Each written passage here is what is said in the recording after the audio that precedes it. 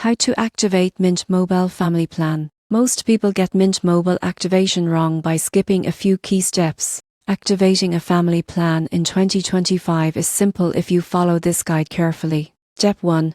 Purchase a Mint Mobile Family Plan online. The plan includes multiple lines, typically 2-5, depending on your choice. You won't believe what happens next. You can select the same or different data allotments for each line, depending on individual usage needs. Step 2. Open the Mint Mobile app or visit the Mint Mobile website and log in. Choose Activate New Lines and follow the prompts. Enter the SIM card numbers for each line.